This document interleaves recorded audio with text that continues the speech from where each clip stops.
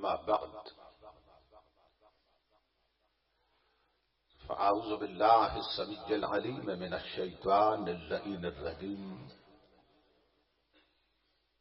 بسم الله الرحمن الرحيم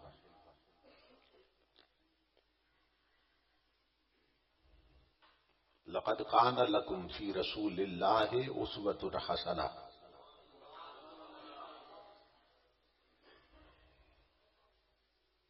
صدق الله مولانا العظيم إن الله وملائكته يصلون على النبي يا أيها الذين آمنوا صلوا عليه وسلموا تسليما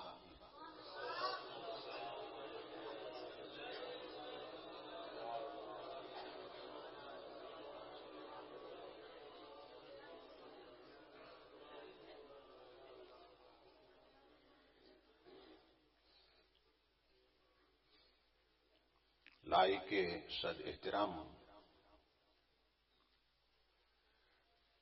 خطیب اسلام مجاہد ملت برادر عزیز حضرت علامہ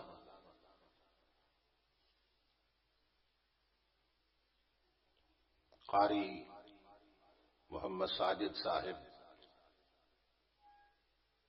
دامت برکاتہم العالیہ،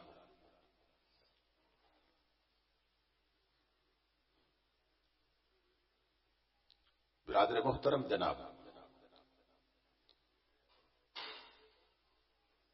سراج احمد جلالی صاحب زید مجدہ،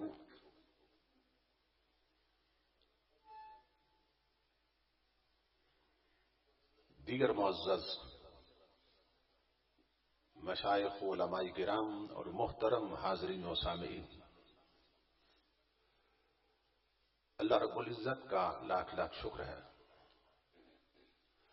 کہ جس نے اپنی توفیق خاص سے آپ کو اور مجھے اپنی پاک بارگاہ میں حاضری کے شرف عطا کیا اور اپنا اور اپنے محبوب مکرم صلی اللہ تعالی علیہ وآلہ وسلم کا ذکر پاک اور پیغام عظیم سننے اور سنانے کی توفیق عطا فرمائی۔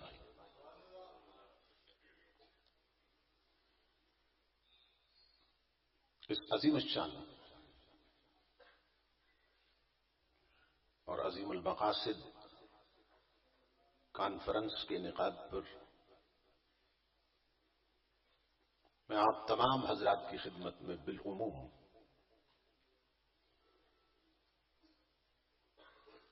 اور محترم المقام جناب صوفی محمد سلیم صاحب، برادر محترم جناب فرمان علی مصطفی صاحب اور محترم ذیشان علی صاحب، محترم شرافت علی صاحب،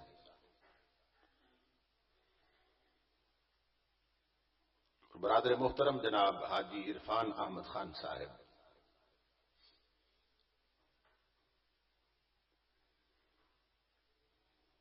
اور تنظیم لبیک یا رسول اللہ کی جملہ کارکنان، وابستگان اور معاونین کی خدمت میں بالخصوص دل کی عطا گہرائیوں سے ہدیہ تبریک و تحسین پیش کرتا ہوں اور دعا کرتا ہوں کہ اللہ رب العزت دوستوں کی اس محنت کو اور ہم سب کی حاضری کو اپنی پاک بارگاہ میں قبول و منظور فرمائے اور آج کی اس نشست کو ہماری اعتقادی فکری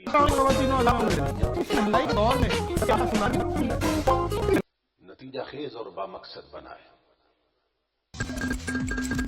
میں اپنے محمد عتیق صاحب کا شکر گزار ہوں کہ جن کے توسل سے تاریخ کا تعین ہوا اور میں اس پاکیزہ مجلس تک پہنچا ہوں۔ خوش بخت اور خوش نصیب ہوتے ہیں وہ لوگ کہ جنہیں اللہ رب العزت اس طرح کی پاکیزہ مجالس میں حاضری کا شرف عطا کرتا ہے۔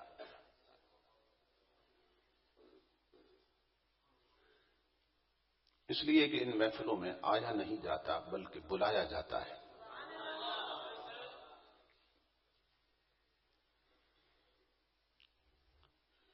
اگر آپ حضرات اپنے اڑوس پڑوس میں نگاہ دوڑائیں، اپنے ارد گرد کے ماحول کو دیکھیں،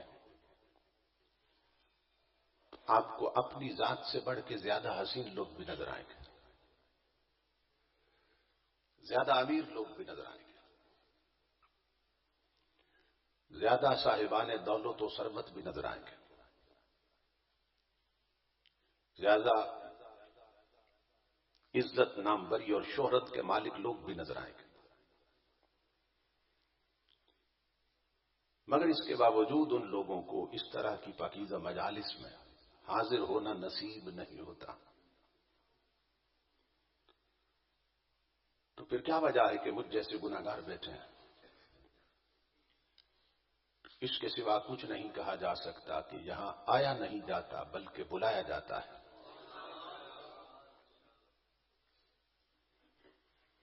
بہت سے ایسے بھی ہیں جو مسجد کے پڑوس میں رہ کر نہیں آ سکے اور گھروں میں ٹی وی پہ بیٹھے ہیں اور حقے پہ بیٹھے ہیں اور کئی نیٹ پہ بیٹھے ہیں، پڑوس میں رہ کر نہیں آ سکے۔ اور بہت سے ایسے بھی ہیں جو دوسرے گاؤں سے آئے بیٹھے ہیں، بہت سے امیر نہیں آ سکے، غریب آئے بیٹھے ہیں، بہت سے کوٹھیوں اور بنگلوں والے نہیں آئے، سادہ سے کچے مکانوں والے آئے بیٹھے ہیں، بذام خیش بہت سے پڑھے لکھے نہیں آئے، کئی ناخواندہ لوگ ان پڑھ آئے بیٹھے ہیں، بذام خیش بہت سی پختہ عقل والے نہیں آئے اور کچی عقل والے بچے آئے بیٹھے ہیں۔ اس کے سوا کچھ نہیں کہا جا سکتا۔ اللہ اور اس کے حبیب کی یہ بارگاہ اتنی بلند بارگاہ ہے کہ یہاں آیا نہیں جاتا بلکہ بلایا جاتا ہے۔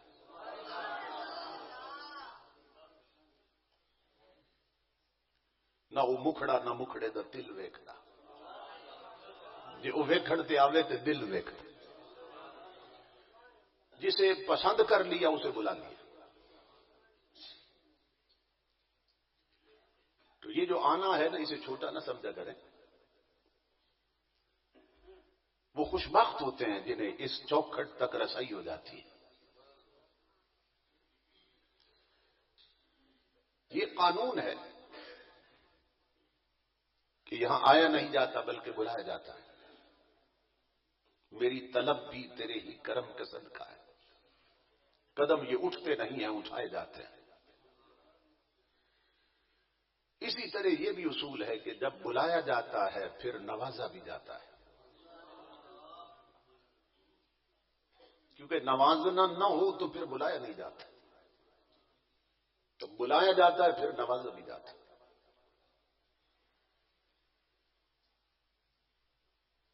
تو بہت سے لوگ نہیں آ سکے، انہیں اپنی قسمت پہ رونا چاہیے، اپنے مقدر پہ افسوس کرنا چاہیے، یہ سوچ کر کہ اس کے الطاف تو ہیں عام شہیدی سب پر، اس کے الطاف تو ہیں عام شہیدی سب پر، تجھ سے کیا ضد تھی اگر تو کسی قابل ہوتا۔ اس نے دروازے پہ کوئی لکھ کے نہیں لگایا کہ فلاں آئے اور فلاں نہ آئے، تو جو نہیں آ سکے ان کے گندے وجود ہی اس لائق نہ تھے کہ اللہ کے پاک گھر میں داخل ہو سکتے۔ نبی اکرم صلی اللہ تعالی علیہ وآلہ وسلم نے فرمایا، اذا مرضتم بریاض الجنت فرتعوا، اے میرے غلاموں، جب جنت کے باغوں میں جاؤ اپنی خوراک لے لیا کرو، کھا پی لیا کرو۔ اصحاب رسول حیران ہو گئے، یا رسول اللہ صلی اللہ علیہ وسلم وما ریاض الجنہ، اس دنیا میں وہ جنت کے باغ کہاں ہیں کہ آج تک آپ نے اس جنت کا ذکر کیا جو مرنے کے بعد نصیب ہوگی اگر عمل اچھے ہوئے۔ آج آپ ایسی جنت کی بات کر رہے ہیں کہ جس کا تعلق اسی دنیا کے ساتھ ہے، اور آپ ہمیں فرما رہے ہیں کہ جب جنت کے باغوں میں جاؤ تو کھا پی لیا کرو. تو یا رسول اللہ وہ جنت کے باغ کون سے ہیں؟ تو نبی اکرم صلی اللہ تعالی علیہ وآلہ وسلم نے جواب دیا، مجالس الذکر، کہ وہ محفلیں جہاں اللہ اور اس کے حبیب کا ذکر ہوتا ہے وہی جنت کا باغ ہوتی ہے. یہ حدیث پڑھ کے میں نے آپ کو سنا دی. آقا نے فرمایا وہ جگہ جنت کا باغ ہوتی ہے جہاں اللہ اور اس کے محبوب کے ذکر کے لیے لوگ جمع ہوتے ہیں. تو اس حدیث رسول کی روشنی میں اس وقت ہم جنت کے باغ میں ہیں. یہاں جنت کا باغ کھلا ہوا ہے. تو جو لوگ نہیں آ سکے، آ سکتے تھے اور نہیں آ سکے، وہ صرف یہ نہ سمجھے کہ مجلس میں حاضری سے معروم رہے، اپنے بختوں پہ روئیں کہ وہ آج جنت میں داخلے سے معروم رہے، کہ وہ بد نصیب جنت میں نہیں آ سکے، جنت میں داخلے سے معروم ہو گئے. اور اس کا سبب کیا ہے؟ یہ محفلیں اجڑتی جا رہی ہیں. امام الانبیاء کے غلاموں کہ دلوں کا زنگ بڑھتا جا رہا ہے، دلوں کے غلاف بڑھتے جا رہے ہیں، دلوں کی میل اور تاریکی بڑھتی جا رہی ہے. ہر آنے والا وقت ہمیں مزید زوال کی طرف لے جا رہا ہے. محفلیں اجڑتی جا رہی ہیں. یہ ممکن ہی نہیں تھا کہ شمع جلے اور پروانہ نہ آئے، پھول کھلے اور بلبل نہ چہکے، چاند نکلے اور چکور نہ اگے، اور مصطفیٰ کا ذکر ہو اور مسلمان سننے نہ سکیں. یہ ہو ہی نہیں سکتا تھا. دلوں پہ اتنی کدورت اور اتنے زنگ چڑھ گئے کہ بہت سے لوگ مسجد کے پڑوس میں بیٹھے، علم تھا کہ مسجد میں ذکر رسول ہونا ہے، مگر نہیں آ سکے، اس لیے کہ دل میں احساس ہی پیدا نہیں ہو سکا، کہ دل پہ اتنی میل چڑھ گئی، دل اتنے گندے ہو گئے اور دل اتنے پردوں میں چلے گئے کہ وہ لوگ ٹس سے مس نہیں ہوتے. اور اس کا صرف ایک سبب نہیں ہے، اس کے کئی سبب ہیں. نبی اکرم صلی اللہ تعالی علیہ وآلہ وسلم نے فرمایا، الغناء ينبت النفاق في القلب كما ينبت الماء الزرع. آقا نے فرمایا کہ یہ جو گانے ہیں، میں حدیث پڑھ رہا ہوں، یہ جو گانے ہیں، یہ جو نغمے ہیں، یہ جو گیت ہیں، یہ دلوں پہ اس طرح کھوٹ اور منافقت پیدا کرتے ہیں کہ جس طرح پانی سے کھیتی اگتی ہے.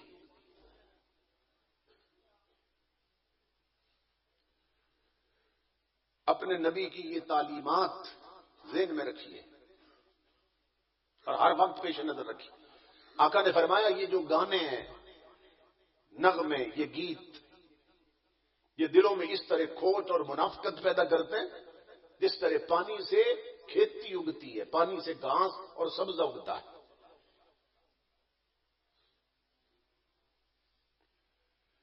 جس چیز سے امام الانبیاء نے روکا تھا، آج مسلمانوں کی میجارٹی اور اکثریت نے اسے جپا مارا ہوا. آقا نے فرمایا تھا گانے سننے سے دل کھوٹے ہوتے ہیں، اور ہمارے ہر گھر میں گانے چل رہے ہیں، ہر موبائل میں جوانوں نے گانے بھرے ہیں، ہر شادی پہ گانے چل رہے ہیں، ہر ہوٹل پہ گانے بج رہے ہیں. کوئی شادی ایسی نہیں کہ جس پہ میوزک نہ چل رہا ہو، ڈھول ڈمکے نہ بج رہے ہوں، موسیقی نہ چل رہی ہو اور گانے نہ چل رہے ہو کجریوں کے. ٹرک گزرے تو اس میں گانے ہیں، سوزوکی گزرے تو اس میں گانے ہیں، رکشا گزرے تو اس میں گانے ہیں.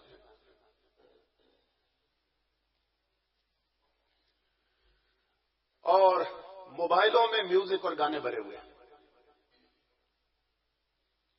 حتیٰ کہ یہ ابھی راستے میں آتے میں دیکھ رہا تھا، ایک بندہ ٹریکٹر پہ ہل چلا رہا تھا. ٹریکٹر پرانے وقتوں میں لوگ بیلوں کی جوڑی ہوتی تھی، پیچھے لکڑی کا ہل ہوتا تھا، بسم اللہ پڑھ کے نا زمین میں داخل ہوتے تھے اور ہر پھیرے میں اپنے نبی پہ درود پڑھتے رہتے تھے، یا تلاوت قرآن کرتے رہتے تھے، یا کلمے کا ورد کرتے رہتے تھے. اور میں آج دیکھ کے آیا ہوں اور پہلے بھی دیکھتا رہا ہوں کہ جس زمین سے اپنا رزق حاصل کرنا ہے اس زمین میں ٹریکٹر پہ بیٹھ کر ادھر ہل چلا رہا ہے، ادھر اوپر کجری کا گانا چلایا ہوا ہے کہ جس چیز سے نبی نے روکا تھا، مدینے والے نے جس سے منع کیا تھا، اسی کو سب نے جب مار رکھا ہے.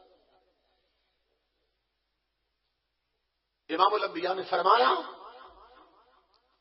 سوطان ملعونان فی الدنیا والآخرہ، بازاروں میں چلتے ہوئے گانے سننے والوں اور گھروں میں ٹی وی پر بیٹھ کر چینل بدل بدل کر گانے سننے والیوں اور شادیوں پہ ڈھول بجانے والوں اور بہو بیٹیوں سے ڈھولکی بجوانے والوں اور شادی سے 10-20 دن پہلے ڈیک لگا کر گھر میں کجریوں کے گانے چلانے والوں، سنو اپنے نبی کی حدیث. تم صرف سیف الملوک سنتے رہے، تم فقط ہیر بادشاہ سنتے رہے، تم میاں محمد کا کلام سنتے رہے، تم حضرت محمد کا کلام نہیں سن سکے جس نبی کا کلمہ پڑھا ہے. تم سرتال پہ مست رہے، قوم کانوں کے چسکے میں لگی رہی، گویے اور گلوکار اسٹیجوں پہ آ گئے اور قوم کو شریعت سے دور کر دیا، قرآن سے دور لے گئے، حدیث سے دور لے گئے. امام الانبیاء نے فرمایا تھا، اب حضور کی حدیث سنیے، میرے آقا نے فرمایا سوطان ملعونان فی الدنیا والآخرہ. فرمایا دو آوازیں ایسی ہیں کہ جس جگہ سے وہ بلند ہوتی ہیں اوپر سے اللہ کی لعنتیں اترتی ہیں. میں ساتھ ساتھ حضور کی پوری حدیث پڑھتا جاؤں گا تاکہ کوئی یہ نہ کہہ سکے کہ اپنی طرف سے کوئی بات کر رہا ہے. میرے آقا نے فرمایا دو آوازیں ایسی ہیں کہ جس جگہ سے اٹھتی ہیں بلند ہوتی ہیں اوپر سے اللہ کی لعنت اترتی ہے، رسول کی لعنت آتی ہے. صحابہ نے پوچھا آقا کون سی آوازیں؟ فرمایا رنت عند مصیبت ومزمار عند نعمت. فرمایا جس گھر میں کوئی فوت ہو جائے، کسی کی موت ہو جائے، عورتوں اور مردوں کا اونچی آواز میں چیخنا چلانا. جب عورتیں اونچی آواز میں روتی ہیں تو اوپر سے اللہ کی لعنتیں اترتی ہیں. میت پر پیٹنا یہ تو اس سے بھی بڑا حرام کام ہے. آج گھروں میں میت ہو، عورتیں دوپٹے اتار کر کمر باندھ لیتی ہیں، لت باندھ لیتی ہیں اور پیٹنے لگ جاتی ہیں. امام الانبیاء نے کیا فرمایا؟ فرمایا فلیس منا. یہ بخاری شریف کی حدیث ہے جو تاریخ حدیث کی سب سے اتھینٹک کتاب ہے اور سب سے معتبر کتاب. آقا نے فرمایا من ضرب الحدود وشق الجیوب ودعا بدعوى الجاہلیہ. آقا نے فرمایا جو مشکل اور مصیبت کے وقت ماتم کرے، منہ پہ تھپڑ مارے اور کپڑے پھاڑے اور بین کرے اور نوحے پڑے اور جاہلوں والے کلمات منہ سے نکالے، امام الانبیاء فرماتے ہیں وہ میرا امتی نہیں ہے. وہ مرد ہو یا عورت، اس کا میری امت سے کوئی تعلق نہیں ہے. فلیس منا. اور دوسری چیز میرے آقا نے فرمایا کہ جس گھر میں شادی ہو، کوئی خوشی کا موقع ہو، بیٹے کی منگنی ہو یا بیٹے کا عقیقہ ہو یا بیٹے کی شادی ہو یا بیٹے کا ولیمہ ہو یا بیٹے کا نکاح ہو، گھر میں کوئی خوشی کا موقع ہو، امام الانبیاء فرماتے ہیں اگر اس گھر میں ڈھول بجے اور گانے چلیں